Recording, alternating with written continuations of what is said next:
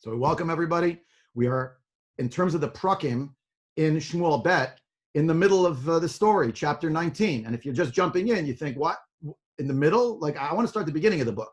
But trust me, it's much more interesting to start right here if you've never been with it. Our last shiur together was months ago. So I'm going to give you the executive summary. And of course, for those who have been in the shiur, you'll find 1,000 things that I forgot to say, neglected to say, and skipped over, but that's deliberate. We want to get to some new stuff today. So, King David HaMelech, is known for all time as the great Baal Tshuva. That's how Chazal envision him. That's the fact of his having authored the vast majority of Sefer Tehillim, the reality that we refer to him in prayer repeatedly on a daily basis, in Baruch She'amar, in Vayevarech David, obviously. His are the words of Tehillim. His are the words from Divrei Yamim that we quote. His is Et Samach David, the prayer for Mashiach Tzidkenu Mashiach ben David. Those are all the givens, so to speak, in the problem or in the reality of the greatness of David HaMelech. It's not up for grabs. However, as we learned last year in depth, I'm talking 10, 12 shiurim, no exaggeration. He was also, of course, a complicated person. And he had some extremely serious things that he did, which the Navi, Natan, refers to pretty overtly as sinful. And even though we're all familiar with the Ma'amari Chazal, that David HaMelech didn't really sin for this technical reason and that technical reason, just listen to the words of David HaMelech, or the word of David HaMelech, or the words, too, of David HaMelech. When he's confronted with the sins that he's committed, he says, Chatati LaHashem, I have sinned unto God. Now, I'm bringing that up today only as preamble to appreciate that everything else that happened to David HaMelech in his life, pretty much everything else, was of great sadness and suffering. The Navi tells him he'll suffer 4 times for what he did, and everyone's trying to figure out, is it really only 4 times? Look how many other things happened to him. So he's had, shall we say, some very, very tragic Tsar Gidul Banim issues. Tsar Gidul Banim raising his children issues. Incredibly tragic. He has, unfortunately, a daughter who was assaulted by her own brother. That brother was then murdered by another brother. I forgot to mention, there's a baby that dies. I forgot to say, that's the first thing, it's a baby that dies. After the assault on the daughter and the son as the perpetrator, that son gets killed. And the son who kills him, a little while later, a few chapters later, rebels against his own father and causes his father and I would say a limited group of people to move away from Eretz Yisrael, from cross over the Jordan River, and to go basically in exile to a place called Machanayim. We know this place from stories in the Torah, not to get into the details now, we talked about that previously. But the main thing to appreciate here is that it's not the end of the story. Where we're going to be opening up now is David HaMelech is returning back to the land of Israel, but he's been hobbled. And one of the complexities that we focused on a lot in the last season was the reality of having children who rebel against their parents and how the parents are caught between a rock and a hard place. On the one side, they can't abide what their child has done. On the other side, it's their child. In the case of the Mered Avshalom, the rebellion of Avshalom against David HaMelech, David declares very, very strenuously that not a hand should be laid on his son Avshalom. Now troops are mustered, and the chief of staff, Yoav ben Tzeruya, who I will remind you is also David HaMelech's nephew. That'll be instructive for today. He's his sister's son. Decides that after all these troops are mustered, and there is essentially a civil war that transpires between the people who are sitting with the pretender to the throne, Avshalom ben David, in Yerushalayim, and the people who have allied themselves with a now exiled David HaMelech, who has run away with his tail between his legs, basically, to Aver HaYarden. He's exiled from the country, physically speaking. And in the process of that civil war, in which many, many thousands of people died, the Navi tells us this, Yoav encounters Avshalom and he kills him. And the king finds out about this, and instead of being able to see that it is a tragedy, but he's also the king of all of the Jewish people, he breaks down. And eventually, Yoav ben Tzeruya, ever the military man who is thinking very politically always, and whose blood runs hot. And we saw examples from the Ben Tzeruya family of Yoav and his brother Asael and his brother Avishai, different experiences we talked about in previous sessions together, where David is telling them, cool your heels, stop it. They're always calling for blood and they're always out. But in this case, Yoav ben Tzeruya, again, in my very strange imagination, and again, if someone will ever pick this up and wants to direct it as a film, I really want to collaborate with them. I have no technical skills, but this is a movie waiting to be made. Yoav ben Tzeruya basically grabs the king by his lapels and he shakes him violently and says to him, excuse me, all of these people came to fight for you, sire. And now that the rebel who caused all these problems and who is the root of all of this bloodshed, you cry for him? What about all these other people? You're the king of these people. And what you basically have conveyed to them, sire, is that you prefer if Avshalom, your son, was alive, and if they were dead. And if he, Avshalom, was the king, and you were not the king. And that sort of shakes David HaMelech. It's black on white. You can read it for yourself while I'm talking in chapter 19, at the very beginning of the chapter, because the king has now sent this mixed signal. He wanted to be reinstated as the king, or he didn't want to be reinstated as the king. And one of the things that we talked about, and this is going to be instructive also as summary and review for what we're going to read ahead today, is the reality that David HaMelech himself, as a deeply spiritual person who sees the Yad Hashem in his life. How do I know? He kept a diary, some diary. It was written up Ruach HaKodesh with divine inspiration, Sefer Tehillim. He's not sure if he's still in God's good graces. He's not sure if he's really worthy of staying a king. He's not sure if he's really still getting his licks. Licks is really an understatement. Getting severely punished for the actions that transpired involving Bathsheba, Uriah Hachiti. He does not know. And here, there was no rebellion. There was a forced transition to the next generation. Avshalom has taken the throne, but no one can argue that Avshalom, son of David, is not the rightful heir to the throne. After all, Amnon, the brother who was killed by Avshalom, because Amnon is a rapist.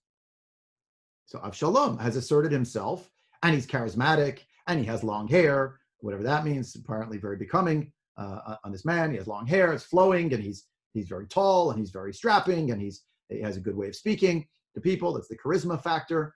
Of course, he should be the king. You know what? David is old. It's time for the new generation to take over. And in David's mind, you can see various examples, not for today, about how when he's leaving Yerushalayim, there's that feeling of somehow this is midah kineged midah. A non-Jew would use the expression karma, but we don't believe in. I don't know anything about that expression. Someone say it's like it's meant to be. We have an expression for this. We say it's bashert. This is what Jewish people have been saying for 3 millennia. Yeah, maybe not 3 millennia, but midah kineged midah. You're getting what you spent. You're getting back just compense. And in David's mind, like, okay, it is my son. He is taking over. Maybe this is part of the punishment. And he actually does leave. And they tell him, sire, you'll take the Aron Kodesh with you. And he says, you know what? Leave the Aron Kodesh in Yerushalayim. But you're the king, and you're going out to a battlefield. I'm not in the battlefield with my son. Now, in the end, it does become a battlefield. And one of the dynamics we've talked about again and again is the dynamic between David and his chief of staff, Yoav ben Tzeruya, who's running things, and perhaps as the chief of staff, running things a little too much. But at times also, because he's only thinking politically and about the scene, broadly speaking, he brings the king back on side. And that happens beginning of chapter 19, where he tells him, sire, this is not acceptable. The people are totally confused now. Are you with them or are you not with them? Did you want this to be your restoration or not? But there's another dynamic that's at play, and that's what we'll focus on today. And I ended with this at the end of last season. This was like the last year. I was called Backwards Trek. You could find it. It's chapter 19, part 2, and this is like part 3. But forget all that. You can jump in now, believe you me. There was a conflict that was the simmering conflict the family fight of the Jewish people that was never entirely resolved. And it was the fact that the first king was Shaul, who came from the tribe of Binyamin. Now, the replacement king is from the tribe of Yehuda. And the tribe of Yehuda is, that is to say, from the line of Leah Imenu, as opposed to Binyamin, who's a son of Rachel Imenu. Well, it's all the same family, of course, but there was always this question: is the Bnei Rachel, the Bnei Leah, who's supposed to be the king? Remember Yosef? He's from Bnei Rachel. So that makes sense. Now, Binyamin took over because that's the son of the other son of Rachel. No, but we have psukim from Parshat Vayechi and psukim from Parshat Bezot HaBracha, and we know what happened, and we know what Shmuel HaNavi did, and the first king was actually Shaul, who would have stayed the king, but things didn't go well. Ayin Sham, in the beginning of Sefer Shmuel, again, no such thing between Shmuel Bet Ch, it's the same book, but it's all part of the same story. And this is the unresolved conflict that in chapter 19 of Shmuel Bet is still percolating behind the scenes. Even though Shaul's house has mostly been destroyed, there's one person left, Mephibosheth, the son of David's good friend and brother-in-law, Yehonatan. Mephibosheth is lame. In antiquity, if you're lame, you are not going to be the king. Lahavdol, Feavdolot, even FDR in the 20th century tried to figure out how he could not let the American people see him with his walker, crutches, wheelchair, etc. Yeah? Went to great lengths. But certainly in antiquity, no can do. David, however, does chesed for Mephibosheth, but Mephibosheth also has a chief of staff whose name is Tziva. Tziva is an operator. He is a man filled with Machiavellian tendencies, and as we see in chapter 19, he gets the good ear of David HaMelech and basically slanders his master Mephibosheth. We won't go down that road to discuss it again, but let's just say that even though David had made a commitment to Mephibosheth, you, the son of my great friend Yehonatan, you who, P.S., are never going to be a threat to me to be the king, I will always let you have a seat at my table. You'll be a member of my court. You will eat like royalty. But in chapter 19, as King David, Melech David, is coming back to now be restored in Yerushalayim, he greets or is greeted by Mephibosheth, and the interaction does not go too well.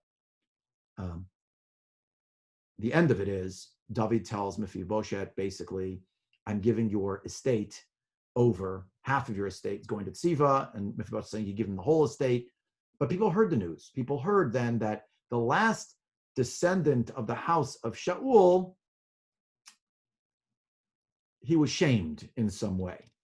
Now, it's not explicit, but what I want to show you is the cascading effect of how things went to the end of chapter 19 that led into what will be known very soon as the next rebellion against David, a much lesser known rebellion, but one which already had its seeds in a much earlier conflict that's been percolating throughout Sefer Shmuel, and one which, true to form, the tragedy of the life of David HaMelech, with the tragic aspect of it, was brought about inadvertently by his own hand.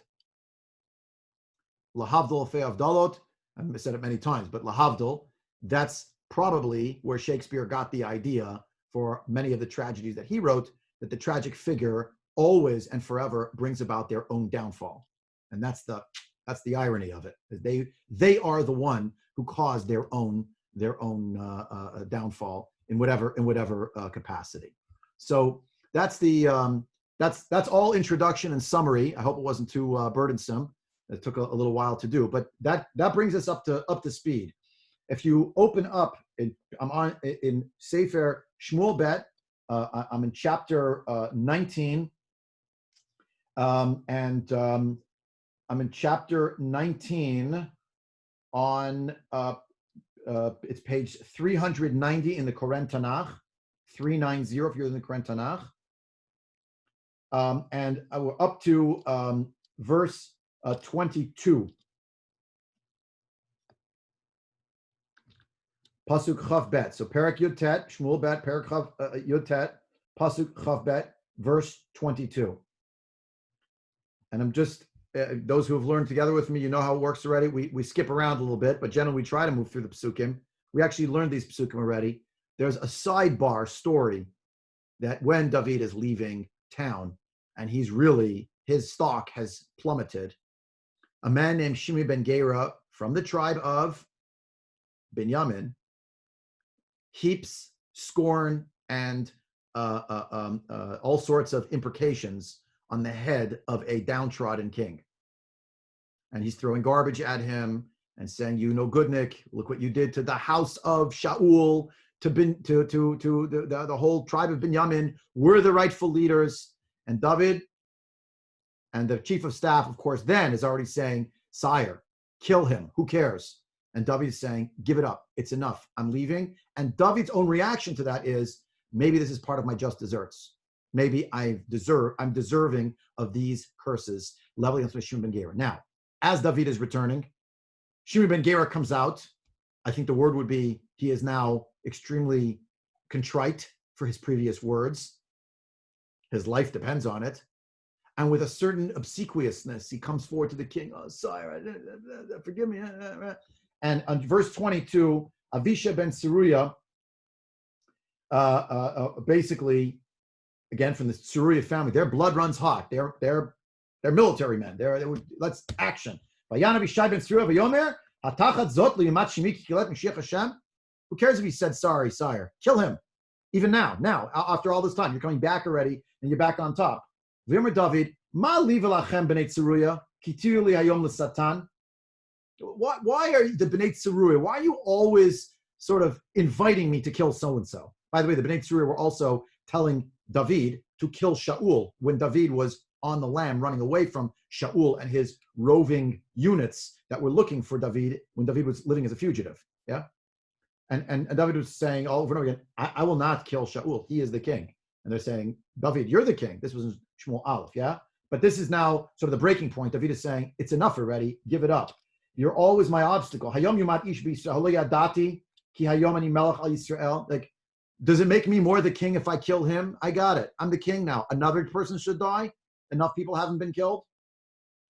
Vayomer hamelech el Shimi lo tamut vayishava lo hamelech. The king says to Shimi, "You won't die," and he gives him an oath. Now, for those who have skipped ahead, you know that this oath is he personally won't kill him, but the end of his life, David is going to go through a whole list of people. We'll see that list when he's on his deathbed, which, if there was a soundtrack, it would sound like something out of a famous movie from the 1970s without mentioning names, because here he says to basically arrange accidents for so-and-so and so-and-so and so-and-so who he has scores to settle with.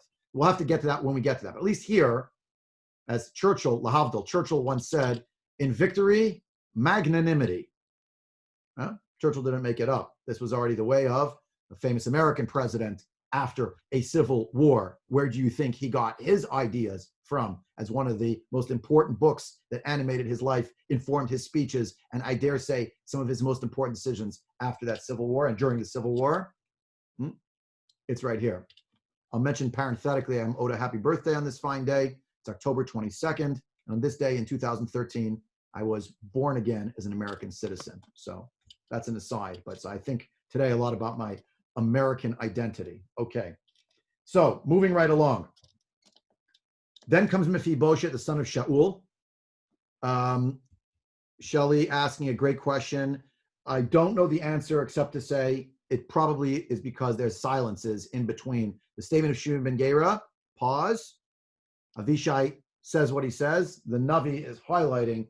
He wasn't wrong. This is a man who committed treason. He joined the jackals. He was just heaping, literally, garbage on the king, throwing things at him and stones while the king was leaving. But now he's actually coming back home, right? So there's like a pause. I think that's going on. That's why with the Koren Tanakh, by the by, if you're not holding one in hand, you won't know what we're talking about here. You probably have like a little letter Samach in your Tanakh. There's a Masoretic text, an official version, right, of how the pagination, the spacing, paragraphing, etc., works in a Tanakh. So Koren Tanakh does a beautiful job of giving us those spaces, and so that one pasuk is on its own. That's probably the reason. Anyway, back to Mephibosheth. We talked already about Mephibosheth. I'm not going to read in depth the story with Mephibosheth again. We did this already, but I needed those two psukim for what's going to come next to show you that King David, Hamelech David, is pretty much through with the family of Ben Seruya. They're always saying to him, kill this one and make a fight over there. And they just think about politics, but they don't think about compassion. So the Mephibosheth story is here. Mephibosheth's trying to explain that Siva, his chief of staff, has sold him a bill of goods, that he cheated him and told him that he would be able to go greet the king sooner and go with the king. And really it was a ruse. And really he badmouthed him. And David makes a mistake. He sins, basically. What's that? We saw it last time. The Gemara describes that Rav, the Amora, said that he was Makabel Lashon Hara. He accepted the negative report of Tziva, and he bought it, hook, line, and sinker, would not even be convinced otherwise when he was confronted by Mephibosheth coming to him contrite and urging him to please give him another chance. And that's what happens in verse 30. He tells him, you're splitting it. And Mephibosheth says, sire, let him have everything, right? Now, we're actually up to verse 32. I don't know too much about Barzillai Hagiladi, except that he is the person who, when David HaMelech crosses the Jordan River to the east bank of the Jordan, he greets him with all sorts of food and supplies to give him support. And now, as David is going back, verse 32, Barzillai Giladi Yarad Meroglim Vayavor et HaMelech Hayarden L'Shalcho et Hayarden. He's crossing him over the Jordan to escort him, like Achnasat Orchim. He's helping him to leave. So he's taking him along the way. Now, as he takes him along the way, Barzillai Zakein Me'od Ben Shmonim Shana Uchilkal et HaMelech B'Shivato B'Machanaim Ki Ish Gadol Hu Me'od. He's a great man, and he has helped the king tremendously when the king used to live in this other place called Machanaim. Where is Machanaim? It's on your screen. Everybody look on the screen. This is the map, okay? So you can see this on the map. This is Machanaim, right? Where is Yerushalayim? Down here. So they're going back to Yerushalayim. How do you get there? You walk through the valley, down, down, down, cross the Jordan. They know it's approximately here because we're going to see that when they actually do the crossing, they go into this place called Gilgal. This is the famous place from Sefer Yehoshua. It's where the Jewish people came when they crossed. And it's another famous thing that happened there. It's where Shmuel said to the Jewish nation, come, come, let us go together. We will renew the kingship of Shaul HaMelech. It was back in Shmuel Aleph. You remember that story? Because the kingdom of Shaul was like the kingdom of David. It began under wraps.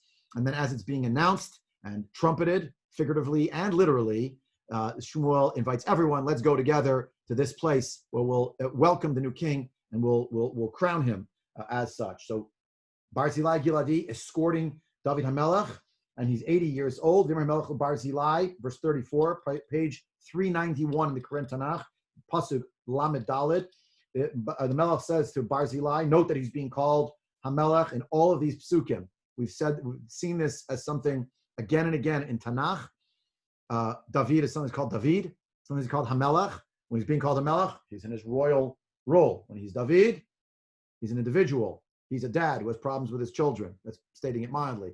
He's a husband, or he's a this, or he's a that, or he's a penitent, or he's a servant of Hashem. He's Ani Avdecha ben Avmatecha. So here, as the king, he says to him, Ata avori tivchilkalti otcha imadi b'Yerushalayim. Come live with me, Yerushalayim. I'll take care of you now. But Yom Barzillai Melech, Kama Yemei Shnei Chaya Ki Yalel et HaMelech Yerushalayim. I'm too old. I don't. Thank you, sorry. I don't want to come. Ben Shmonim Shana Anochi Hayom. I'm 80 years old. Ha'ida ben tov l'ra im itam avdechad asher ochal va'et asher eshteh im eshma od b'kol sharim v'sharot v'lama yeh avdecha od l'masai l'adoni HaMelech. Thank you, but I'm 80. I don't know between good and bad means he writes that he keeps saying, I don't have a taste for the good food and I don't have to hear the singing. You know what? I just don't want to be a burden. I'd rather stay home. Rav Amnon Bazak, who has a beautiful book on Shmuel Bet, Malchut David, the book also in Shmuel Aleph. So he points out this is the midah of David HaMelech that we see throughout. David is a gomel chesed. If you do him a good turn, he knows that he owes you one, he wants to pay you back.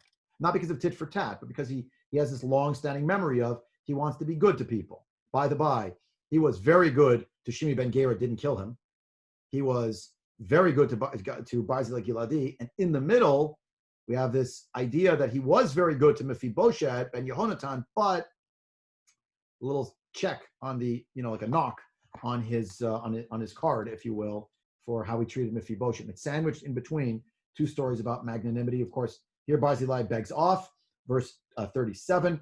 Kim'at ya'avor avdecha heyardein et hamelech v'lami guleni hamelech hagmula hazot. Why are you paying back this recompense? I.e., I love you, but it's more trouble than it's worth to now have to move from the place where I'm from Roglim, near Machanaim, down to live with you in Yerushalayim, to be basically part of your court. Yashavna avdecha ve'amut be'iri im kever avi ve'imi ve'hinei avdecha chimham ya'avor im adoni hamelech va'aselo et asher tov be'einecha. Chimham is either the servant or he is actually the son, more directly, of Barzillai. He calls him, he will be your servant. He gives his child, who didn't have to be 5, he was probably a man. He'll come and live in your court. He'll be, we would say today, he'll be the ambassador of Barzillai Hagiladi in your court. But I'm just too old, I can't make the trip. Just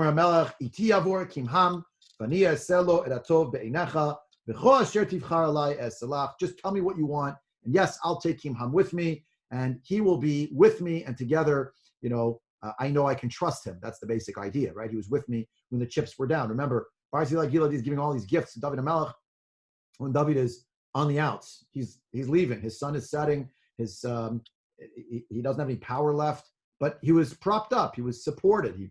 Who knows if he would have survived if not for the food gifts that he was given by Barzillai. By Yavor, Kol Ha'amed Hayardain, they all crossed the Jordan. Vamelech Avar, and the king crossed over. Vayishka Melech LeBarzillai, Vayivarcheu Vayoshav B'Mekomo, and the king crossed over, and the king kissed Barzillai, and the king went back to his place. I'm going to say something controversial now. It's controversial only in as much as I really did not see this written anywhere. I'm not claiming it's a Maimer Chazal somewhere. I just thought it was a really interesting thing that there's some parallels going on here in the idea that Yaakov Avinu had also a meeting with someone, and he also was invited by that person to stay with him and to be together with him. And he said, no, thank you. And it was also surrounding the crossing over of water, and there's some kind of blessings that are being given. Remember? Everyone remember this? You know what I'm talking about, obviously, yeah? It's the story from chapter 32 of Sefer Breshit. Remember that they have the interaction, and Yaakov is asked directly after Yaakov is left on his own. He's in, by the way, this place, I should have, scrolled up. Yaakov Avinu is in a place called Machanaim. It was named here at the end of Parshat Vayetze, going into Parshat Vayishlach. It says that Yaakov saw angels. He called the place Machanaim. David goes to run to Machanaim. Right after that is the story of sending the emissaries and the gifts to Esav, the prayer and concern about it. Fair enough.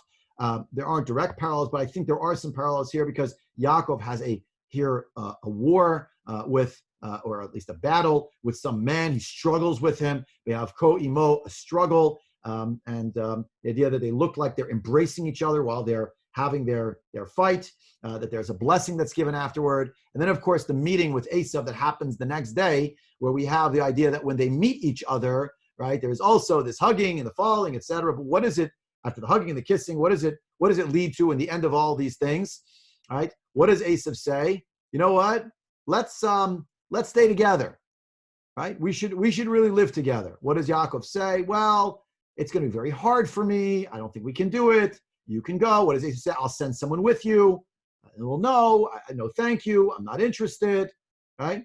And Esav went home, and Yaakov went on his way to Sukkot, etc. And then the story continues. Why did I bring this up?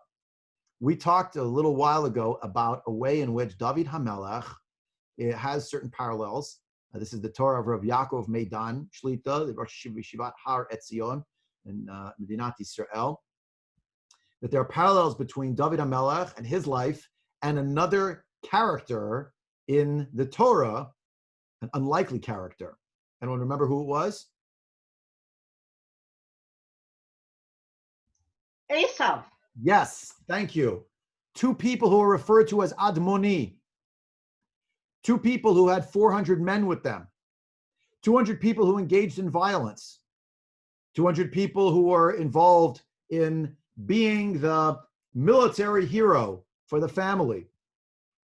2 people who struggled mightily with their Yetzer Hara. And I just thought it was fascinating that here David is saying to Barzillai, come with me, be with me, stay with me. But he's saying, I'm just going to stay back. I didn't see it written anywhere there's any direct parallel. I just thought it was very interesting that this should be the manner in which Barzillai begs off, and he said, I'll send my son with you. And you can make a case, none of that. But there are parallels we saw between David and Esav. We saw many parallels between David and Yaakov as well. We talked about that extensively. And these 2, the Yaakov, Esav brothers, in some way, the characteristics are internalized and elevated and redeemed by David HaMelech. Rabbi, aren't you in essence saying that Esav, who gets a really bad rap from Chazal, wasn't so bad, and that he really did mean to, he didn't mean to hurt his brother at this point? I accept the second thing that you say, which is that he didn't mean to hurt his brother at this point. But the first part, I'm going to modify a little bit. It's not that Esav wasn't so bad. It's that Esav had great potential, that his father, Yitzchak Avinu, saw this potential, that there might have been a role for him. By the way, I didn't make this part up. This is, the Sephorno says this, other among the Rishonim say this was a man with great power, ability, talent, but unfortunately, it fell away.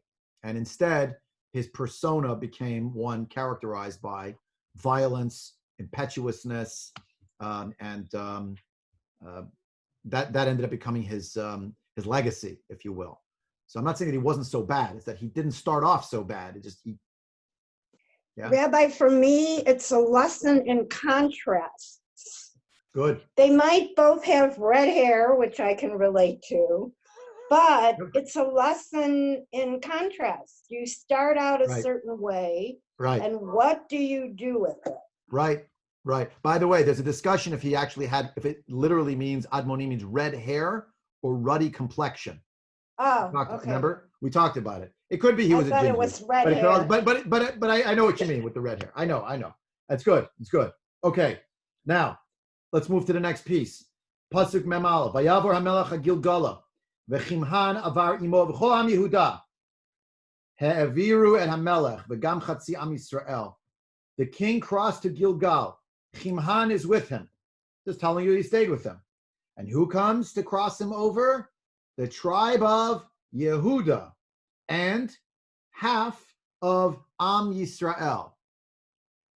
I thought Yehuda is part of Am Yisrael. Why are Yehuda and Yisrael being described at variance if there are 2 different groups?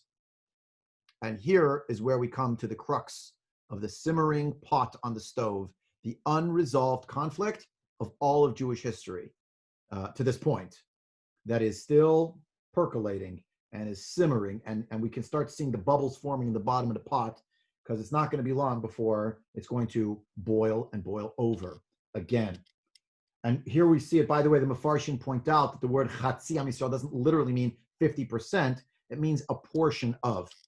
Another example of this is Chatzi Shevet HaManashe did not mean literally 50%, it means some portion of. It's called Chatzi, not the whole group. Now look at verse 42.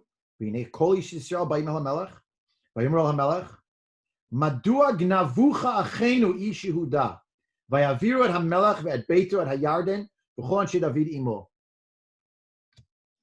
What does this sentence actually mean? Look how many conflicts and contradictions are in one sentence. All of the members of the men of Israel who come with the king, or they come to the king, and they say to the king, meaning we recognize you're the king, repeated several times in one pasuk. Why have our brothers, our dear brothers from Yehuda, why did they come and steal you? Why are they coming now to take credit, to be the ones to bring you back home? But that's not the end of the story. Pasuk Mem Gimel. Vayan kol ish Yehuda al ish Yisrael, ki karov hamelech elai, v'lama zeh chara lecha al hadavar, Hazeh, he'achol achalnu min hamelach im niseit nisa lanu. Now, all of Yehuda answered doesn't literally mean they spoke like a chorus, right? It means this was the gist of their argument back. They said, what are you talking about? But listen to how the tribe of Yehuda is one, and therefore they're in the singular tense. For those who are a little more adept at the Hebrew language, you see it here. The king is closer to me, not us, but me, Eli, me, tribe of Yehuda, the personification of Yehuda. Why are you so angry? Can we ask, did we get any favors ever from the king until now? Rav Amnon Bazak develops this idea. We're going to see it in the Malbim in a minute inside, but it goes like this. Yehuda is the tribe from which David stems. That's true. But it is also true that though David ruled for 7.5 years in Hebron, the place where kings are made, he moved his kingdom up to Yerushalayim. Remember, we've talked about Yerushalayim many times. It is essentially Lahavdil Fe'avdalot. It's the District of Columbia. It's not part of one of the Shvatim. It's the national territory. We've discussed this before. Yeah, as Machloket in the Gemara, was Yerushalayim Nitchalka Shvatim or not? If it wasn't, then it belongs to the whole nation in equal parts. What David has done by moving to Yerushalayim is he has consolidated the idea that he is the king for all the tribes, not just his own tribe. He's not tribal, he's national. And he's not about picking favorites, he's about national unity. The other side of the machloket in the Gemara, it appears in several places in Yuma and other Gemaras, is that Yerushalayim was divided. There was a line between not East Jerusalem, West Jerusalem, Lahavdil, but between the Jerusalem, the Yerushalayim that belonged to Shevet Yehuda, and the part of Yerushalayim that belonged to Shevet Binyamin. And that the line between the children of Leah and the children of Rachel ran right through the city, right through the Makom HaMikdash. Follow what's happening here. The tribe of Yehuda says, were we ever given any favoritism? We're given favoritism, but he is from our family, so we want to be the ones to bring him back. Now, one of the reasons this is absolutely mind-bogglingly complex is, do you remember I mentioned at the beginning today that the reason why David is not home is because of a rebellion? Where did the rebellion start? Do you remember what city it was in? The rebellion started with Yehuda. The initial supporters of Absalom are from Yehuda. But who's, wait a minute. I'm going to use the language deliberately in an improper way, but to make the point. Who actually was in charge of deciding who the next candidate was going to be to lead the nation? The party. And the party bosses live in Hebron. And that's why when Avshalom gets rolling, where does everything start? In Hebron. And this is no rebellion, my dear friends. It's just the succession plan runs from David to Avshalom. Avshalom has proven himself. He sues for justice. A king who doesn't want to take care of his own family issues. He's got a rapist living in his house. Off with his head. Avshalom, that's an action man. So the party bosses decided. The Judean National Council sat down in Yehuda, in their capital city of Hebron, and they said, well, now, just like Shimi ben Gera, they come walking in. We are here to bring David home. We're so happy for you. Sire, you're back. And the rest of the tribes are saying, oh yeah? This whole thing is because of you. If you would have said to Avshalom, sit down, little boy, your dad is still alive and kicking, and we support him, we wouldn't have had all this bloodshed. And this struggle between Yehuda, Yisrael, is playing out right here. Now look at verse 44. Vayani ish Yisrael et ish Yehuda vayomer eser yadot li b'melech. I got 10 fingers in the king. What does it mean, 10 fingers? 10 tribes. We're all over the place. We're all over the king. Yeah? V'gam b'David ani mimcha. Umadua hakilotani v'lo hayad vari rishon. Li lahashiv et malki. Notice how Yisrael, 10 tribes, 10 fingers, 10 tribes, have now converged as one. They've coalesced, rather. They become one person, one persona. I get to bring him back.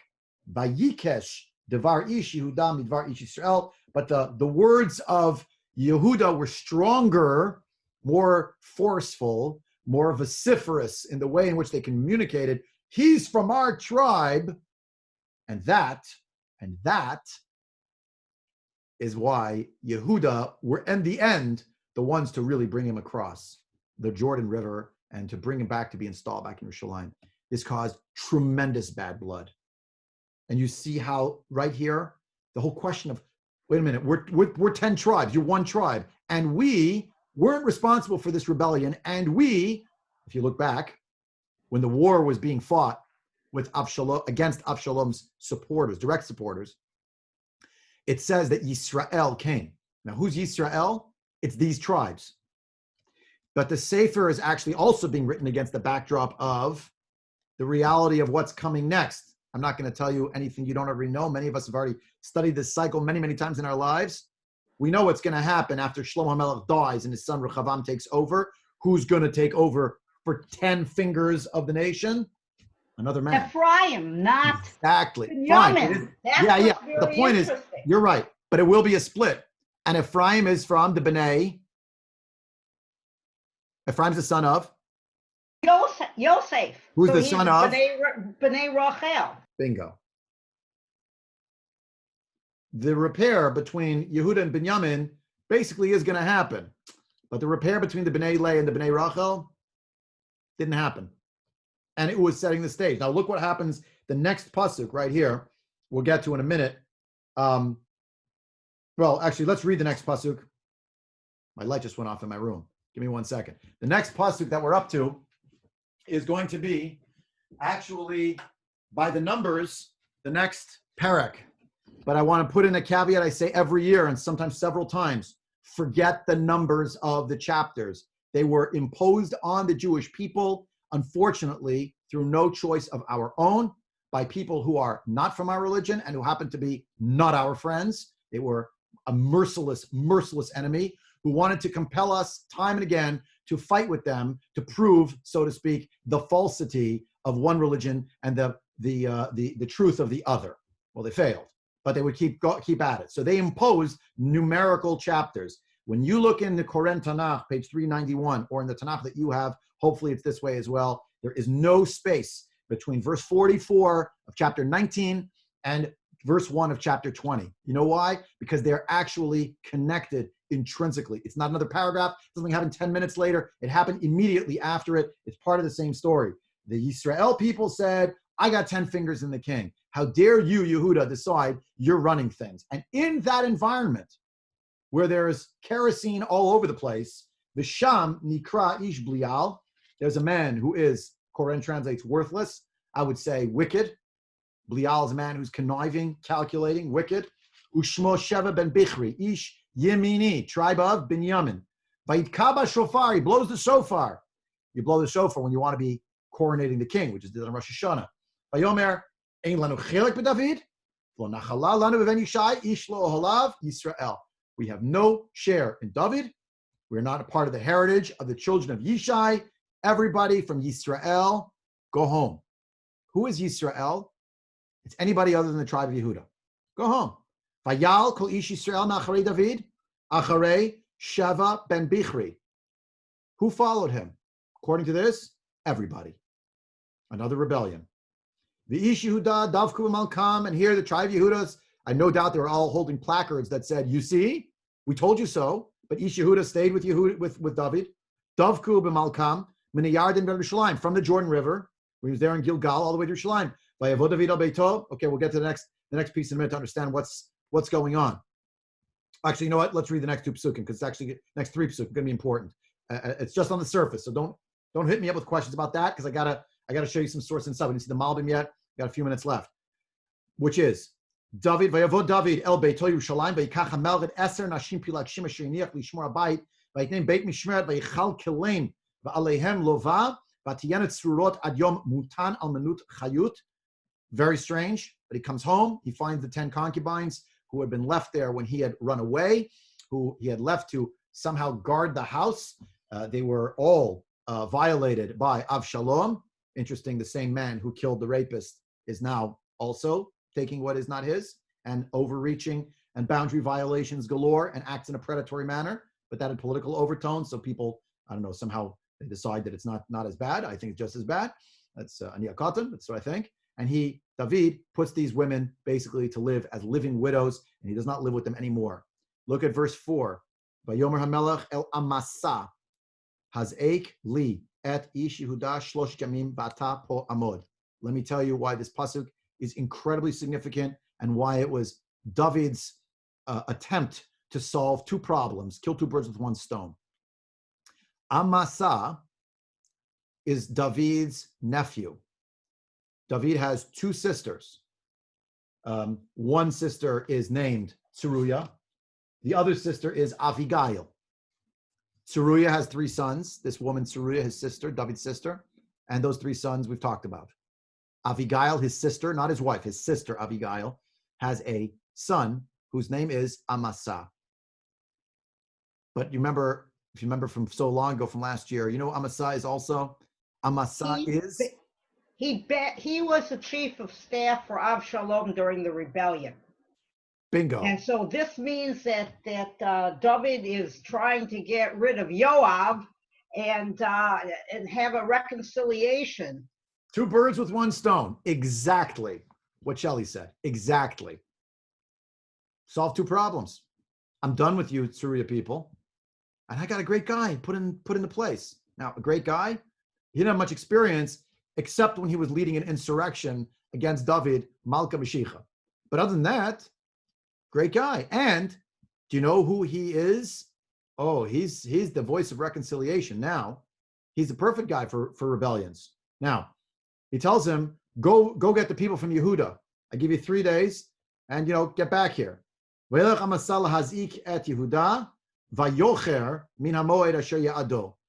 reasons that don't seem apparent right now, they might become apparent probably next time we learn. Amasa goes to get the people, but he doesn't make the deadline. He's late. It's very strange. The Torah the Navi rather should tell us so-and-so was late. But we'll see that that's going to be have some significance, which we will probably not get to at this point today, but probably another day. Look with me, please, at a few of the sources in terms of some of the battle back and forth between the various tribes. I'm looking at the Malbim on the screen on Pasuk Mem Bet, verse 42. So, Va'az noda davar b'Yisrael v'nit'asfu v'hitra'amu al shelo hodiu lahem. If you look in verse 42, that's where the conflict is happening between Ish Yehuda and Ish Yisrael, the Judeans and the rest of the nation, as they're saying, well, no one told us that the king is coming back today. All right, so they're upset. That's for two reasons. Imitzad Kvod HaMelech, the honor of the king. Shayu Kol Yisrael Bayim Likratot, should have been everybody coming, not just one tribe. It made them look bad. Imitzad Kvodam, what about their own, right? Their own honor. Kmoshi Beraz will be explained. V'zeh shekatuv madu gnavucha. That's why they said to the king, why did these people, the Judeans, the tribe of Yehuda, stole you? Had the king come by himself, they wouldn't have cared. Had he come back and just not made a big ceremony of it, back down here, cross the Jordan River, go to Gilgal, and go home through Shalim, it's not a big deal. Coming home, the king happened to be traveling. But the fact that a tribe came, now it's an official re-coronation ceremony. By the by, I don't think it's accidental, therefore, that Gilgal is in the picture, just like Shaul had a Navi telling him, let's go to Gilgal, unechadesh sham hamlucha. So David was going to go past Gilgal and have the hitchadshut of the Malucha. It became a thing because the tribe Yehuda showed up, right? So, tar umatam, their main complaint was mitzad she'aviru hamelech anshe David to all his people with him, shegibor mitzvah ovrim ito, the whole military, kiluhu melech no shabar v'chal, as if he won this war with a great army, ubotech al chelo, with his army, va'anshe Yehuda sheishlimu ito, and that they made peace in the tribe Yehuda, uki'ilu yistarer b'chazakal Yisrael. And now it seems as if the impression is being laid, David is now a great military leader, which he is. He's coming home, and he's going to rule with an iron fist. He's bringing his weapons. He's bringing his army. We're triumphant. Now we will rule over you. But they're saying, sire, but we wanted to greet you peaceably. We wanted to tell you we love you. We're so happy you're home. V'zeh ganavta dat, you stole the minds. You stole people's minds. Achar shehem mitratzu gam kim la'ashiv et malkam. They also wanted to be part of the return, but they were left out. But the perception now will be that it's the king versus them. Vayan kol ish Yehuda yeshivu lahem shalosh tano. They had three claims, the tribe of Yehuda. Aleph, Mashik damnu, the fact that we came first. Huki li mishpat hakadima. I come first. Our tribe does. He's our relative. Right? And the point is, whether im b'shani mishivto, because I'm from his tribe, im yanchi shechem b'Yehuda, because he dwells in Yehuda. After all, Yerushalayim is, at least partially, in the territory of Yehuda, national district or not. Bet, the second thing, what are you so angry about? It's not against you. He doesn't care about a big entourage. He doesn't want an entourage at all. That's why we just came informally, even though we weren't invited by him. We took the initiative. He's mochel in his covenant. He doesn't care. Gimel, the guy who comes first to the meal gets the best food at the meal. So we never got any favoritism. The early people get good gifts, the giveaway, and the later people, they don't get anything. Yeah? So here we are. What happens? We didn't get anything. Was there a meal here? Did we get a gift from him? Nothing, right? The king is totally with you. We are crossing him over the Yarden, and you take him. You know what? You can take him now from Gilgal all the way to Yerushalayim, and he's your king like he's our king. All right? Now, Rav Amnon Bazak saw that differently. He wants to analyze it, unlike the Malbim, as we never got favoritism all these years. The Malbim sees it much more localized. We didn't get favoritism these days. Now, it's crossing. And the answer is, here are the three answers. The first one, you claim that you're supposed to come first. We have 10 fingers in the king. We're supposed to come first. We're the majority, and it's majority rule. So how dare you come in? We're the 10 tribes. You're only one tribe. I have 10, right? So he's more ours than he is yours. How dare you overstep? Second, and the second claim, right? Why are we angry? We're angry because hekalotani, l'shon kal. You made us seem like lightweights. You made us seem like we're frivolous, like we don't care. That's the stealing. But you made us look bad in what you did. You made us odious in the eyes of the king. We don't know that the king does or doesn't care. Maybe he's very angry at us now. And third, as far as the food, yeah, v'lo hayad dvari lila shivat malki ki me'arosh anachnu she'anu rov Yisrael nashiv malkeinu al pi haskamatenu. This is the operative term. You know who's kinging the king? And this sounds anachronistic because it's sort of a harbinger maybe of a democratic impulse in some way, generally speaking. We're 10 tribes. We are the 10 districts. We're the electoral college. We're 10, and you're one. We're going to be the ones to decide on our say-so. Will he come back to be the king? Not on your say-so. You are not the king makers. You don't get to decide anymore, right? And the idea here that's the conflict that's going on, right?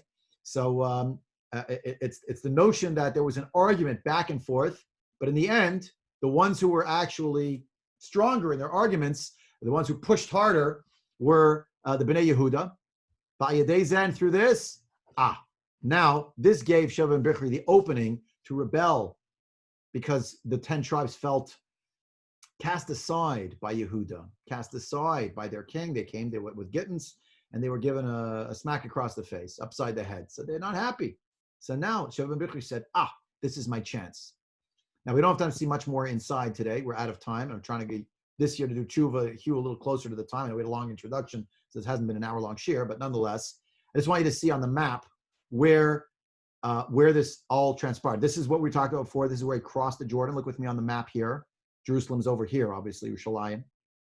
Sheva ben Bichri, according to the hatanach.com website, made his rebellion and told everyone to go home, and he set up shop. We'll see next time up here.